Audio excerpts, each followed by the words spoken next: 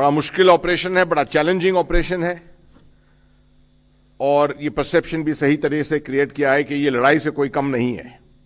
This is a war which is being fought to save the sons of India who have been toiling there, up there in the mountains. And the government of India is ensuring कि कोई ऐसी चीज ना रहे, no resources left which is not been mustered and which is required and not been mustered for this particular rescue operation. Having said that, मैं चंद एक बातें आपको बताता हूं कल से जो बदली हैं. कल से अब तक progress in terms of movement of the pipe into the tunnel through the debris, उसमें progress नहीं हुई है. ठीक है. When I left you yesterday, the drilling had not started. There was a little bit of a problem, an encumbrance had been encountered, और वो रात भर चला. It was a steel pipe जो छत पे लगता है टनल के, that had fallen in the debris, और डेब्री के अंदर मालूम नहीं हो रहा था कि कहां कहां इस तरह के अड़पने अड़चन हैं. And progress was then subsequently made to remove this again with gas cutters. It took a lot of time. उसके बाद जब ये ऑपरेशन दोबारा शुरू होने वाला था, इट वाज डिस्कवर्ड कि जो पाइप 6-6 मीटर के पाइप जो लग रहे हैं, उनमें से जो आखिरी पाइप है उसके अंदर एक बेंड आ गया है, और उस बेंड के वजह से शायद ऑगर नहीं जा पाएगा अंदर आसानी से. तो ऑगर को वापस बाहर निकालना पड़ा. उस पाइप को उतना हिस्सा पाइप का काटना पड़ा. ये इसी में रात भर लग गई, काटना पड़ा. साथ में क्योंकि ऑगर पे इतना जोर पड़ा था, तो उसका जो बेस था जिसके ऊपर वो माउंटेड है, उस बेस के ऊपर इतना ज्यादा जोर पड़ा कि उसके नट बोल्ट जो थी, उसके ऊपर जो सीटिंग थी, वो निकल गई. And it had to be reset. अब आप समझ सकते हैं कि सीमेंटिंग के साथ इसको रीसेट करना पड़ता है. नट्स एंड बोल्ट्स बड़े लगाने पड़ते हैं, उनको टाइट करना पड़ता है मशीन के जरिए.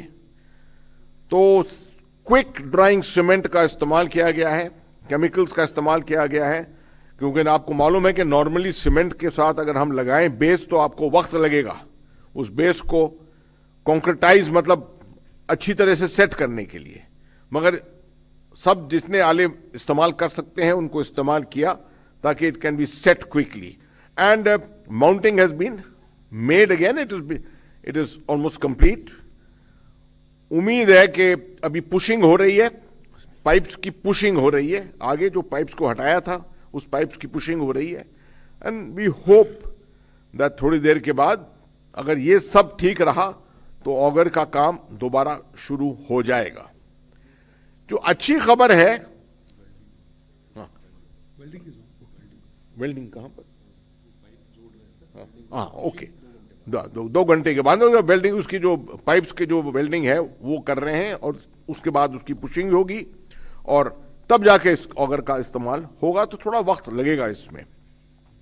अच्छी बात तो यह है, खबर तो यह है कि वहां पर एक ग्राउंड पेनिट्रेटिंग रेडार का इस्तेमाल किया गया, जो एक कंपनी ने प्रोवाइड किया. पार्सन ओवरसीज एक कंपनी है, उन्होंने इसको प्रोवाइड किया, जिससे काबिलियत है 5 मीटर अंदर तक देखने की, इनटू द सॉइल. उससे यह साबित हुआ है कि शायद अगले 5 मीटर में कोई ऐसा ऑब्स्टिकल, जिस तरह से आपने देखा है कल और परसों भी, जिस तरह से ये steel pipe, girder, iron girder, ये सब आ गए थे, इस तरह की कोई अड़चन जो है वो अगले 5 मीटर में नहीं है. तो उम्मीद है कि the movement of the auger will be of course done very very deliberately, मगर उम्मीद यह है कि it will be smooth 5 metre तक, और उसके बाद दोबारा इस्तेमाल किया जाएगा और ये ground penetrating radar to determine कि और कोई ऑब्स्टिकल तो नहीं आगे आ रहा है. So this is a good development, बड़ा पॉजिटिव डेवलपमेंट है. मगर जैसे मैं आपको पूरे वक्त कहते आया हूं कि इसमें पहचान हम सब की होनी चाहिए कि ये बहुत ही टेक्निकल चीज है, बहुत डेलिबरेट ऑपरेशन चल रहा है. एक गुंजाइश कहीं हो, उससे जो है काफी चीजें अपसेट हो जाती हैं।